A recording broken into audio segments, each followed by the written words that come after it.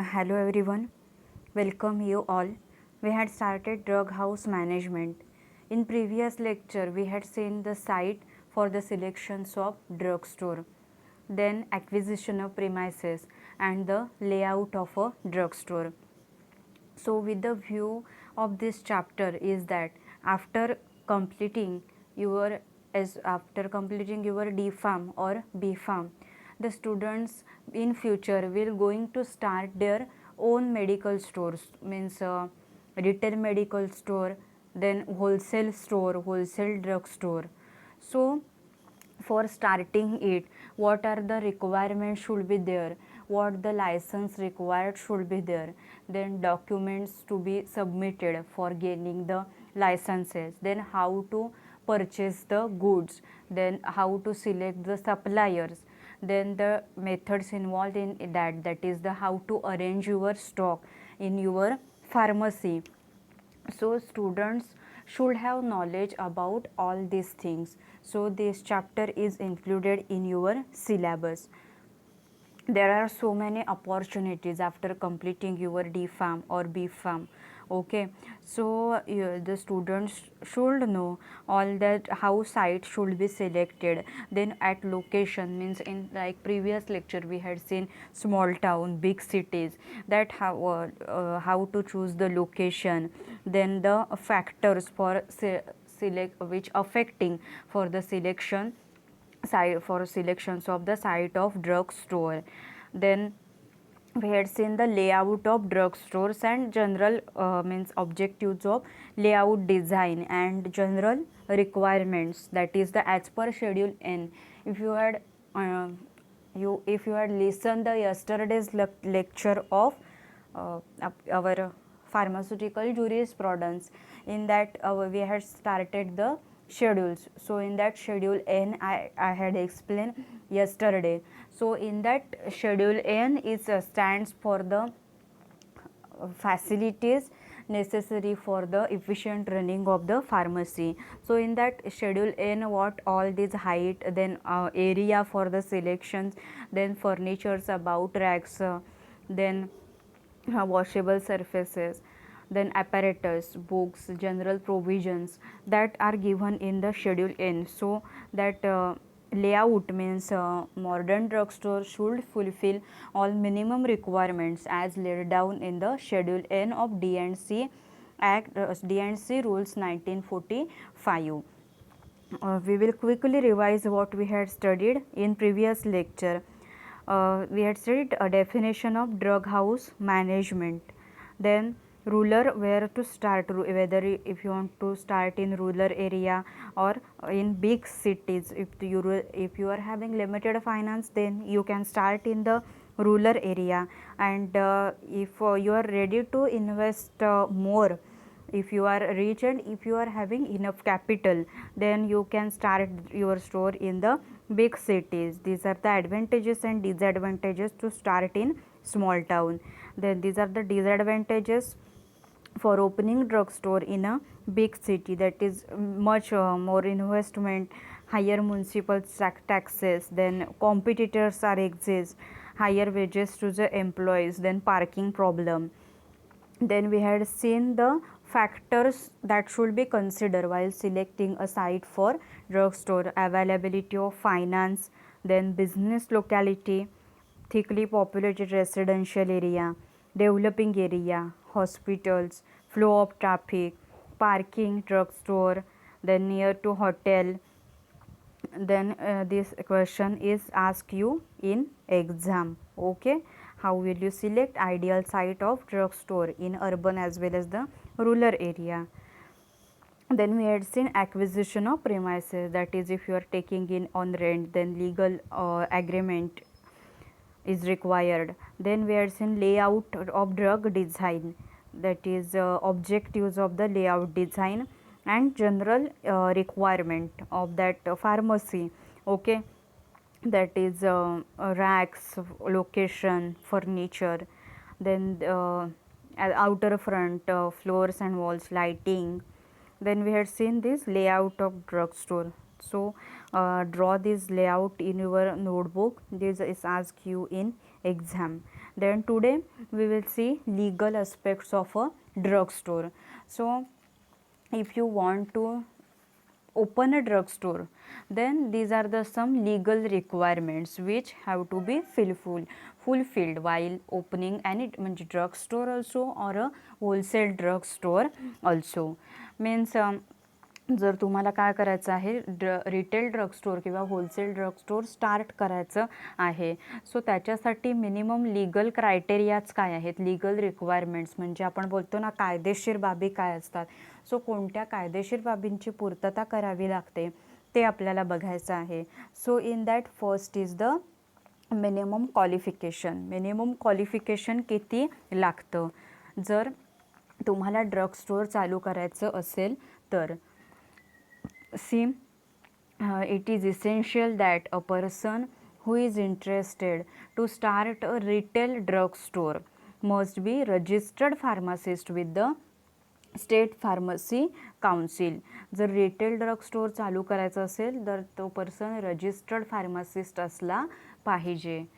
आणि C minimum qualification जे असतं स्टेट फार्मसी काउन्सिलच्या अंडर तुम्हाला जर रजिस्ट्रेशन करायचं असेल तर त्याच्यासाठी minimum qualification is the diploma in pharmacy from a recognise institution. Okay, means our institution IIP is the recognized institute. It is recognized by the PCI, Pharmacy Council of India.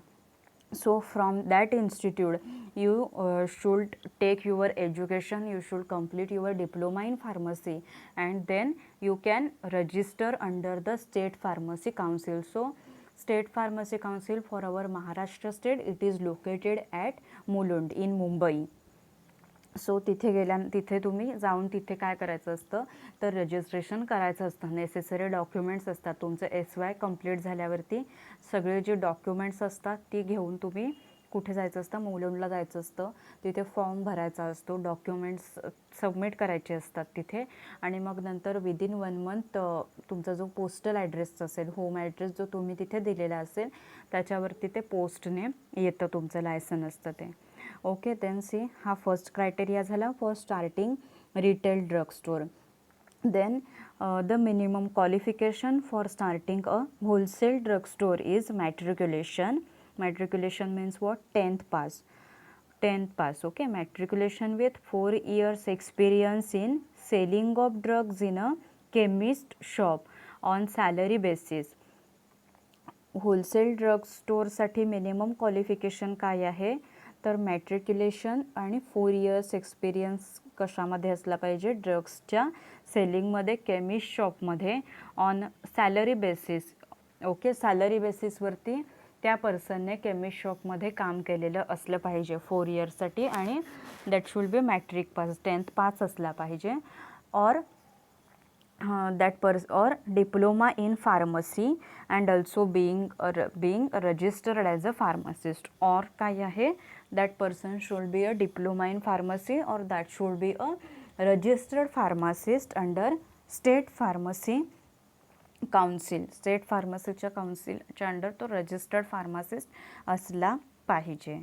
Okay, but see if you want to open the wholesale drug store then that pharmacist's license is necessary. Okay, pharmacist's license means registered pharmacist is necessary. Some wholesalers what they do, they are ready to invest money but they are not pharmacists, then they are appointing a pharmacist, registered pharmacist on a salary basis. Then if a person who has sufficient capital, rich म्हटलं म्हणजे एखादा व्यक्ती rich असेल, श्रीमंत असेल, and if he is having sufficient capital and he is interested to start a drug store, can also do so by appointing a registered pharmacist on a whole time basis. म्हणजे फुल टाईमसाठी registered pharmacist appoint करून तो जो person आहे तो invest करत असेल मनी तर he can do that. Okay, so this is minimum qualification what we had seen in minimum qualification, that for starting retail drug store, there should retail drug store that candidates should be registered pharmacist with state pharmacy council, and the minimum qualification to get registered with state pharmacy council is diploma in pharmacy from recognized institute. Then minimum qualification for wholesale drugstore is matriculation with 4 years of experience in selling of drugs in chemist shop on salary बेसिसवरती त्या कॅन्डिडेटने काम केलेलं असलं पाहिजे chemist शॉपमध्ये, or otherwise he should be a diploma in pharmacy as being a registered pharmacist. And if any person who has sufficient capital, he is rich, then if he is interested to start a drugstore, then he can also do so by appointing a registered pharmacist on a whole time basis. Okay, this is minimum qualification. Then next is the minimum space. Okay, means space किती लागते minimum drug store start करायला.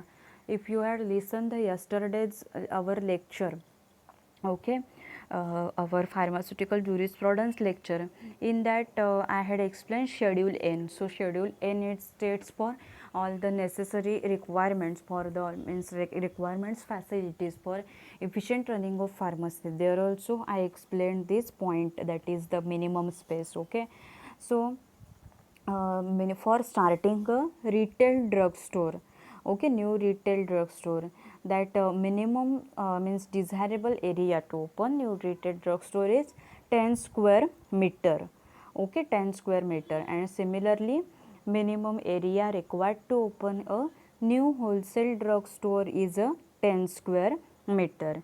And however, if any person he want to open combinedly, that is the wholesale and retail combinedly, then that area is 15 square meter, 15 square meter. If any person, if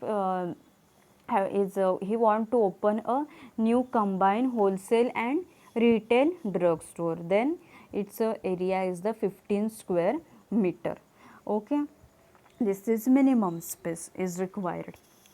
Then next is the store arrangement. So in that there should be sufficient number of racks to store drugs and pharmaceutical preparations. जेव्हा okay space हा criteria झाला, first आपण आता qualification आहे, pharmacist आहे, qualification आहे त्याच्याकडे, तो रजिस्टर्ड फार्मासिस्ट आहे. ओके, देन मिनिमम स्पेसचा क्रायटेरिया आपण बघितला रिटेल ड्रग स्टोर चालू करण्यासाठी, होलसेलसाठी. देन त्याच्यानंतर काय आहे तर स्टोअर अरेंजमेंट, म्हणजे जे आता स्टोअर चालू करणार आहे, सो त्याच्यामध्ये अरेंजमेंट आहे ती कशी असली पाहिजे. सो रॅक्स सफिशियंट असले पाहिजेत की ज्याच्यात आपण मेडिसिन्स ठेवणार आहेत, प्रिपरेशन्स ठेवणार आहेत. दॅट म्हणजे खूप नाही, बट जेवढे काही रिक्वायर असतील तेवढे रॅक्स आहेत ते असले पाहिजेत. Then there should be compulsory refrigerator for storage of antibiotic, vitamin, vaccine, sera or enzymatic preparations. Store करण्यासाठी काय असला पाहिजे, कंपल्सरी फ्रीज म्हणजे आहे रेफ्रिजरेटर, तो असला पाहिजे. सो दॅट ही जी प्रिपरेशन्स असतात, हे that preparations require means they are to be stored at temperature between 2 to 8 degree centigrade. So refrigerator is necessary. Then see, if you would remember, schedule P we had seen. Schedule P is for life period of drugs. So their temperature conditions were mentioned. For cool place it's a 10 to 25 degree centigrade, and cold place it's 2 to 8 degree centigrade. Okay, so these are the legal aspects of a drug store. Means legal requirements, कायदेशीर ज्या बाबी लागतात drug store आपल्याला open करायचं असेल तर. So ह्या 3 आहेत, ह्या काय आहेत, लीगल रिक्वायरमेंट्स आहेत. सो एक्झाममध्ये तुम्हाला ह्याच्यावरती क्वेश्चन विचारतात. Okay, now see here this, हा क्वेश्चन आहे, state and explain the legal requirement for starting a retail drug store. Retail drug स्टोअरसाठी काय आहे त्या legal requirements. So legal requirements that you have to write. This question is asked for 3 marks. Okay, so प्रत्येक जे criteria आहेत त्याला एक means हा क्रायटेरियाला 1 1 1 ओके. सो असे 3 मार्क्स आहेत हे क्वेश्चनला. जर तुम्ही तिन्ही जे पॉईंट्स आहेत हे बरोबर एक्सप्लेन केले, त्याच्यामध्ये जे काही पॉईंट्स आहेत जे आपण डिस्कस केले ते तुम्ही जर बरोबर सगळे पॉईंट एक्सप्लेन केले देन तुम्हाला 3 मार्क्स त्याचे भेटतात. Then we will see the documents required to open retail drug store. Okay, document काय लागतात म्हणजे काय तर कागदपत्र काय काय लागतात रिटेल ड्रग स्टोअर ओपन करायचं असेल तर. सो आता फर्स्ट काय लागतं, लायसन लागतं. रिटेल ड्रग स्टोअर ओपन करायचं तर कंपल्सरी काय लागणार तर लायसन लागणार. A licence is required to sell stock और exhibit for sale or distribute drugs. Okay, so now see, in order to open retail drug store in any state the following documents are needed. Okay, for a new licence, नवीन licence काढण्यासाठी, licence काढायचं आहे आपल्याला drug स्टोअरचं. So licence काढण्यासाठी आपल्याला आता काय लागणार आहेत, ही डॉक्युमेंट लागणार आहेत. So see, first is the application duplicate form 19. आता ॲप्लिकेशन डुप्लिकेट म्हणजे काय की फॉर्म 19 जो आपण भरणार आहे तो 2 कॉपीजमध्ये भरायच्या, 2 प्रतींमध्ये तो फॉर्म 19 असतो तो भरायचा असतो. आपण D&C ॲक्ट आपण बघत होतो, त्याच्यामध्ये शेड्यूल ए आपण बघितलं होतं, तुम्हाला आठवत असेल. Schedule A it stands for what, the जे काही फॉर्म्स येतात त्याच्यासाठी शेड्यूल ए होतं. Means list of forms required for renewal of licence, for granting licence, sending memorandum. Okay, so त्या शेड्यूल D&C ओके, त्या शेड्यूल D&C ॲक्टमध्ये येतात 1945 rules under ती शेड्यूल्स येतात. सो एमध्ये असे डिफरंट फॉर्म्स असतात. manufacturing for granting license for manufacturing there is separate form.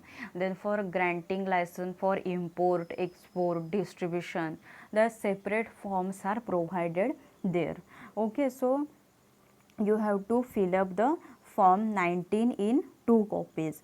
First copy is for, 1 copy is for biological product and the second copy, another copy is for non biological product. Biological products जे schedule C मध्ये आपण बघितले होते, schedule C was stand for the biological product, sera, toxins, then antitoxins. Okay, and non-biological products means other than C, means products which are not mentioned in C, they are comes in the C1. non-biological products, vitamins, minerals were there. Okay, so त्याच्यासाठी काय करायचं, form जो आहे तो form fill up करायचा. Form 19 जो आहे तो फिलअप करायचा 2 कॉपीजमध्ये. त्याची फर्स्ट कॉपी कशासाठी, बायोलॉजिकल प्रॉडक्टसाठी, आणि सेकंड कॉपी कशासाठी तर नॉन बायोलॉजिकल प्रॉडक्टसाठी. Okay, so then second, so see this हे काय आहेत, आपण जे आत्ता बघतो हे जनरल डॉक्युमेंट आहेत की जनरल क्रायटेरिया आहेत. But as per the government norms और as per the food and drug administration departments जे नॉर्म्स काय असतील ते नॉर्म्स हे चेंजेस होत असतात त्या नॉर्म्समध्ये. ओके, सो इथे आता फी दिसते तुम्हाला स्क्रीनवर दिसत असेल, फी ₹1500. ओके, बट न्यू नॉर्म्सनुसार ती फी आहे ती काय झालेली असते तर चेंज झालेली असते, चेंजेस होत असतात fee. Food and drug administration department आहे म्हणजे अन्न व औषध प्रशासन खातं जे आहे, सो ते जसे नवीन रूल काढतील तसे ते चेंजेस होत असतात. Okay, so see second is fee of ₹1500 per licence. Okay, so मग आता इथे आपल्याला 2 करावे लागतात ना, बायोलॉजिकल आणि non biological. So total ₹3000 to be deposited in State Bank of India. State Bank of इंडियामध्ये काय करायचे, डिपॉझिट करायचे, और government treasury under specific head for grant of a retail sale licence.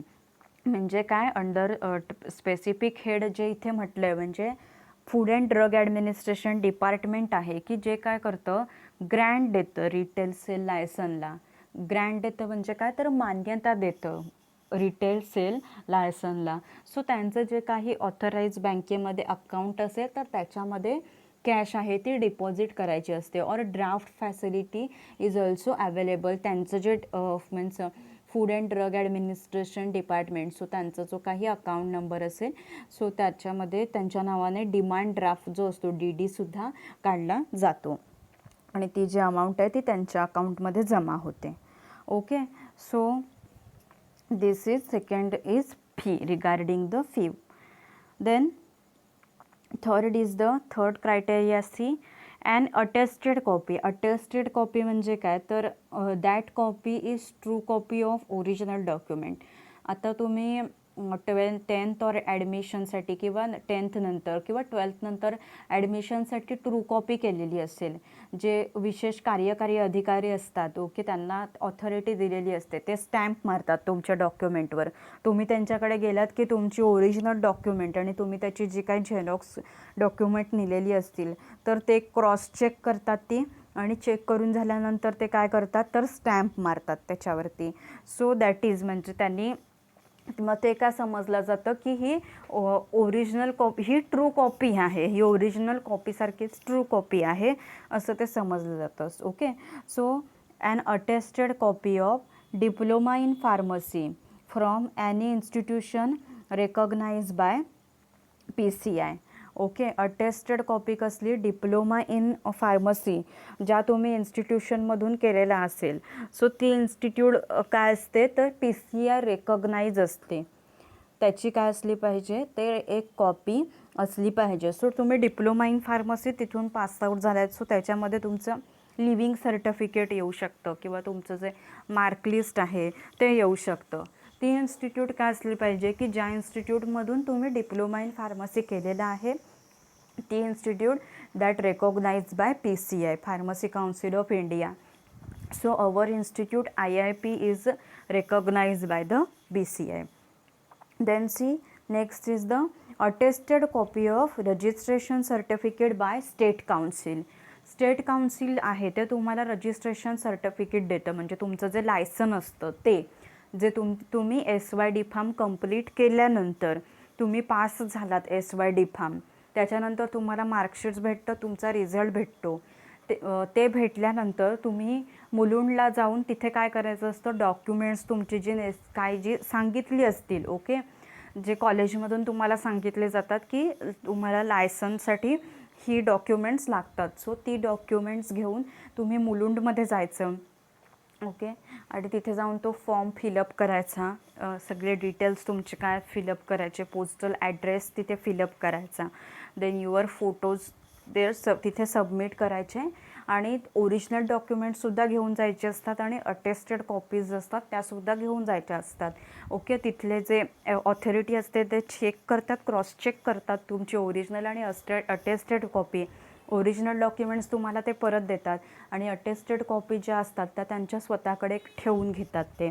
Okay, so त्याच्यानंतर झालं तुमचं registration झालं की within 1 month that certificate is sent to you by state pharmacy council by post. Within 1 month ते तुम्हाला पोस्टने तुमचं registration certificate म्हणजे असतं, म्हणजे काय तर लायसन ते तुमच्याकडे येतं ओके पोस्टने.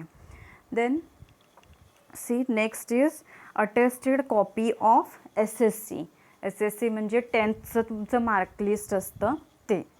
Then affidavit from qualified person in case he is an employee of a drug store, म्हणजे एखादा कॅन्डिडेट आहे तो त्या ड्रग स्टोअरमध्ये काम करतो आहे, तिथला काय आहे एम्प्लॉई आहे okay. Then affidavit from qualified person, त्या क्वालिफाईड पर्सनने एक ॲफिडेविट दिलं पाहिजे. ॲफिडेविट म्हणजे प्रतिज्ञापत्र, मीन्स बॉन्ड पेपर जो असतो त्याच्यावरती त्यांनी लिहून दिलं पाहिजे, दिस XYZ candidate is working in my pharmacy from last 4 months 5 months okay, that is required.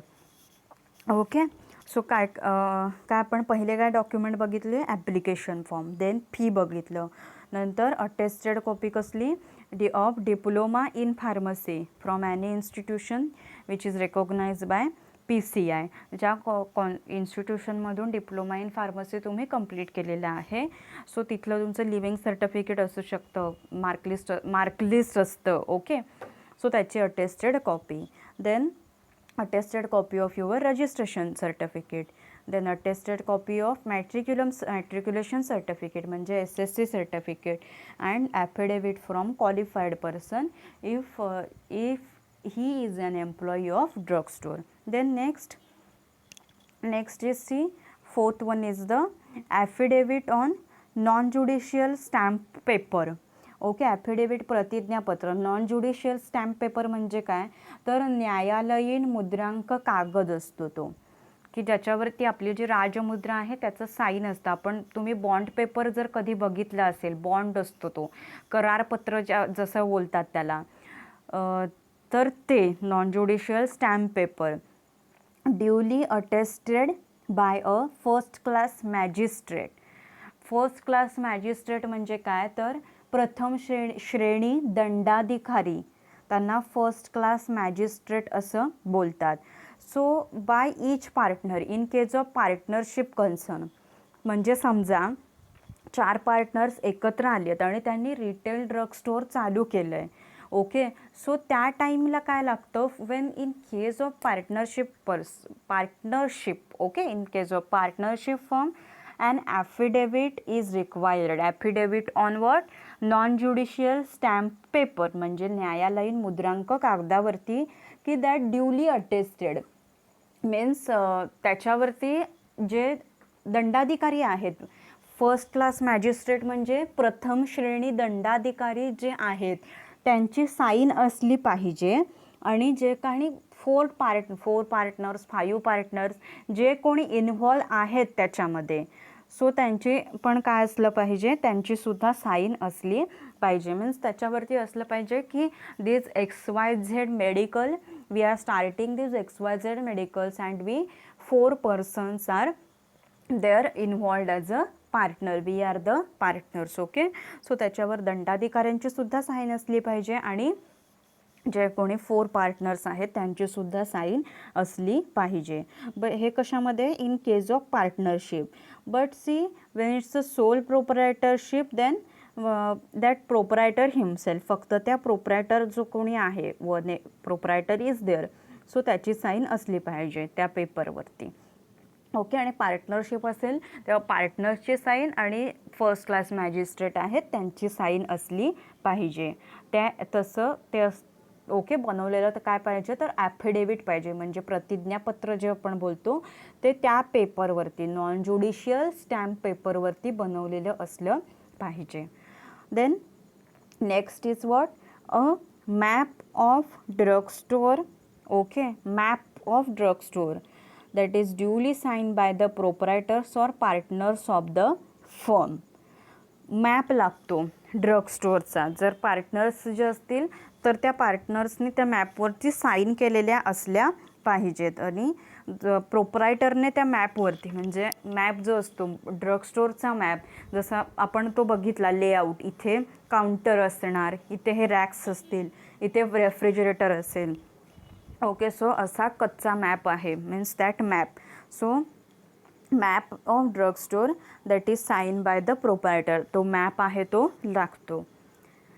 तो मॅप आहे तो तुम्ही रफली पेन्सिलने काय करू शकता, you can draw it. Okay, that map is, you can draw it और you can called it for an expert person also to draw that map.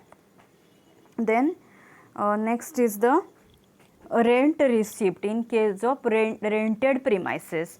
Rented premises म्हणजे काय, जर तुम्ही भाडं देऊन रेंटवरती ती जागा आहे ड्रग स्टोअरसाठी, जो काही शॉप आहे तुमचं, जो काही गाळा बोलतो आपण इन मराठी, तो जर तुम्ही रेंटवरती घेतलेला आहे तर रेंट रिसिप्ट लागते. म्हणजे काय, तर रेंट जो किती आहे, करारनामा बोलतो ना, रेंटची पावती असते ती लागते.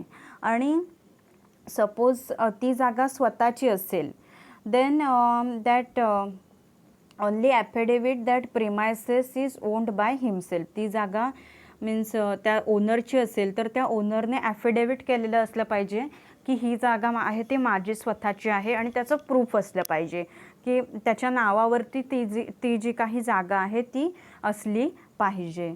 Okay. So here rent receipt in case of rented premises or an affidavit to that effect if the person himself is the owner of the premises. तो पर्सन स्वतःच ओनर असेल त्या प्रिमायसेसचा तर ॲफिडेविट त्याने केलेलं असलं पाहिजे, प्रतिज्ञापत्र केलेलं असलं पाहिजे की I am the owner of this firm and ही जी जागा आहे ती माझी आहे आणि त्याची डॉक्युमेंट असली पाहिजेत, त्याच्याकडे प्रूफ असलं पाहिजे त्याची स्वतःची जागा आहे ती ह्यासाठी. Okay. Then see rent receipt आपण बघितलं आणि हे बघितलं ओनरसाठी. Then see 7th is the copy of the partnership deed in case of partnership firm, partnership concern. पार्टनरशिपमध्ये एखादा जेव्हा बिझनेस होतो, आपण बघितलं होतं पार्टनरशिप फर्म सेकंड टॉपिकमध्ये, तेव्हा त्या पार्टनर्समध्ये काय होतं, पार्टनरशिप डीड होतं. पार्टनरशिप डीड म्हणजे काय तर ॲग्रीमेंट होतं त्यांच्यामध्ये. 4 पार्टनर्स असतील मीन्स कोणी कसे इन्व्हेस्ट केलेत, कोणाला किती प्रॉफिट भेटेल किंवा कोणाला कशी कामं आहेत ती त्यांच्या अमाऊंट डिस्ट्रीब्यूट्स केलेली आहेत. म्हणजे एक्स नावाचा पार्टनर सेल करेल, वाय नावाचा पार्टनर डिस्ट्रीब्युशन करेल, देन झेड नावाचा पार्टनर काय करेल तर डिस्पेन्सिंग करेल, देन बी नावाचा पार्टनर काय करेल तर बँकेचे जे काही ट्रान्झॅक्शन्स आहेत ते बघेल. सो ते जे सगळं त्यांनी मेन्शन केलेलं असतं ते सगळं पार्टनरशिप डीड असतं. पार्टनरशिप काय असतं ते ॲग्रीमेंट असतं त्यांचं. Okay. So that copy of partnership deed is required in partnership concern. Then 8 is the refrigerator purchase receipt. Okay. Compulsory आता आपण जर रिटेल ड्रग स्टोअर काढतोय तर रेफ्रिजरेटर आपल्याला लागणारच, बिकॉज अँटीबायोटिक्स असतात ती कंपल्सरी कशामध्ये ठेवायची असतात, फ्रीजमध्ये. रेफ्रिजरेटरमध्ये कंपल्सरी अँटीबायोटिक्स ठेवायचे असतात. देन इंजेक्शन्स असतात, इन्सुलिन प्रिपरेशन्स, ते कंपल्सरी त्यांना ते कोल्ड प्लेस आहे 2 to 8 डिग्री सेंटीग्रेड, हे कंपल्सरी फ्रीजेसना. ओके. मीन्स जे इन्सुलिन प्रिपरेशन्स आहेत ते कंपल्सरी त्या कोल्ड प्लेसमध्ये ठेवायचे असतात, otherwise they will become the deteriorate. Antibiotics also, antibiotic जे येतात ते एक त्याचा कंटेनरमध्ये पावडर येते आणि दुसऱ्यामध्ये स्टराईल वॉटर फॉर इंजेक्शन येतं. सो ते मेडिकल स्टोअरमध्ये ते ह्याच्यामध्येच ठेवायचं असतं, रेफ्रिजरेटरमध्येच ठेवायचं असतं कंपल्सरी. ओके. मग जेव्हा ते लहान मुलांना अँटीबायोटिक दिलं जातं त्यावेळेला ते अँटीबायोटिकचं तेवढं व्हॉल्यूम रिकॉन्स्टिट्यूशन करायचं असतं. ते वॉटर फॉर इंजेक्शन आहे ते त्या कंटेनरमध्ये पावडर असते. ड्रग जो असतो तो पावडर फॉर्ममध्ये असतो आणि स्टराईल वॉटर फॉर इंजेक्शन जे असतं ते त्या कंटेनरमध्ये फिलअप करायचं आणि अप टू द मार्क त्या बॉटलवर दिलेलं असतं तिथपर्यंत फिल करायचं and then shake and administer to a baby. Okay. So that should be stored in a फ्रीजमध्ये ठेवायचं असतं ते. सो these documents are required to open a retail drug store. ही डॉक्युमेंट्स कशासाठी लागतात, रिटेल ड्रग स्टोअर ओपन करण्यासाठी. And see the licence is valid for a period of 5 years. Licence काढल्यानंतर ते 5 yearsसाठी 5 वर्षासाठी काय असतं तर व्हॅलिड असतं. And after 5 years you have to renew it before its expiry. Okay. Means 2020मध्ये काढलं आहे लायसन आणि मग ते 2025मध्ये काय होणार तर एक्सपायर होणार. मीन्स 31st of 2025ला एक्सपायर होणार. सो 31st 2025च्या आधी काय करायचं असतं ते तर रिन्यू करायचं असतं. ओके. सो ही डॉक्युमेंट्स कशासाठी बघितले आपण, to open retail drug store. Then now we will see documents required for renewal of retail sale licence. आता रिन्युअल करायचं आहे, 5 yearsचा पिरियड होऊन गेलेला आहे आणि आता रिन्युअल करायचं आहे. तर रिन्युअलसाठी काय काय डॉक्युमेंट लागणार ते आपल्याला बघायचं आहे. So first is the licence. काय डॉक्युमेंट लागणार आपल्याला, रिन्युअल लायसन आपल्याला काढायचं आहे, त्याच्यासाठी रिन्युअल करायचं आहे आपलं licence.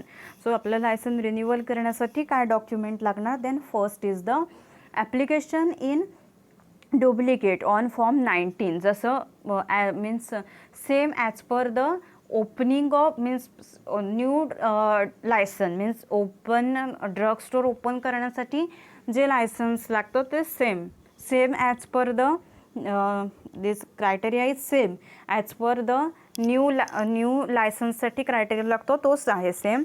So application in duplicate means in 2 copies on form 19 of D&C rules 1945, that is 1 copy is for biological product and other for the non-biological product, same criteria.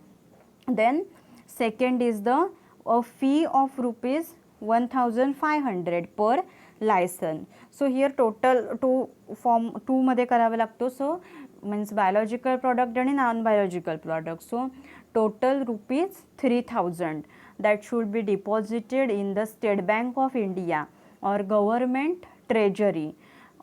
Okay, means on channel form in the specified head for renewal of retail sale license. म्हणजे आपण काय बघितलं, जे specific head कशाचे असतात, grant देतात. Okay, grant for retail sale of license in case of opening. Then here in case of renewal head कोण असतात, तर renewal of retail sale license जे हेड असतात म्हणजे कोण, तर फूड अँड ड्रग ॲडमिनिस्ट्रेशन डिपार्टमेंटच. Food and drug administration department is giving you the license also and along with that he is giving you the renewal also. Okay, renewal license renewal झाल्यानंतर जे licence आहे ते सुद्धा तुम्हाला कोण देतं, तर food and drug administration departments is giving only, self giving it.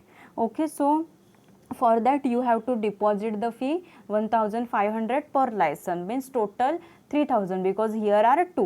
So total 3000 rupees fee you have to deposit in their account. FDAचं जे अकाउंट असेल, कन्सर्न जे आहेत FDAचं जे काही अकाउंट असेल त्याच्यामध्ये तुम्हाला डिपॉझिट करावे लागतात और DD काढावा लागतो त्यांच्या नावाने, demand draft. Then a late fee of rupees 500 per license per month. Okay, means जर तुम्ही काय झालात, इथे क्रायटेरिया काय आहे, 31ला काय होतं आहे, जर एक्सपायरी होती आहे 31 2025ला, if that license is expiring then it is must that you should renew it before that 31 2025.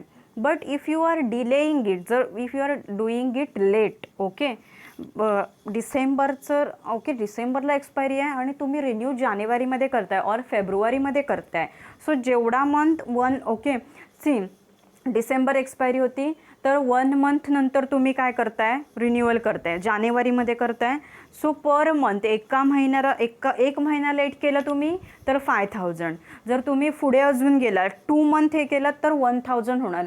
So 500 per month असते, तशी ती वाढत जाणार. ओके, एक मंथ तुम्ही लेट केला तर 500, अजून एक मंथ लेट केला तर 1000, अजून एक वन मंथ लेट केला तर 1500, अशी ती फी आहे ती काय होते तर वाढत जाते. ओके, मीन्स पर मंथ और पर लायसन अशी ती वाढत जाते, फी असते ती. Then original license in case of first renewal means 2020मध्ये लायसन काढलं, आता 25मध्ये काय आहे, रिन्युअल आहे. सो ते माझं काय असणार, फर्स्ट रिन्युअल असणार. सो दॅट फर्स्ट रिन्युअलसाठी मला काय लागणार, तर माझं ओरिजिनल लायसन आहे ते लागणार.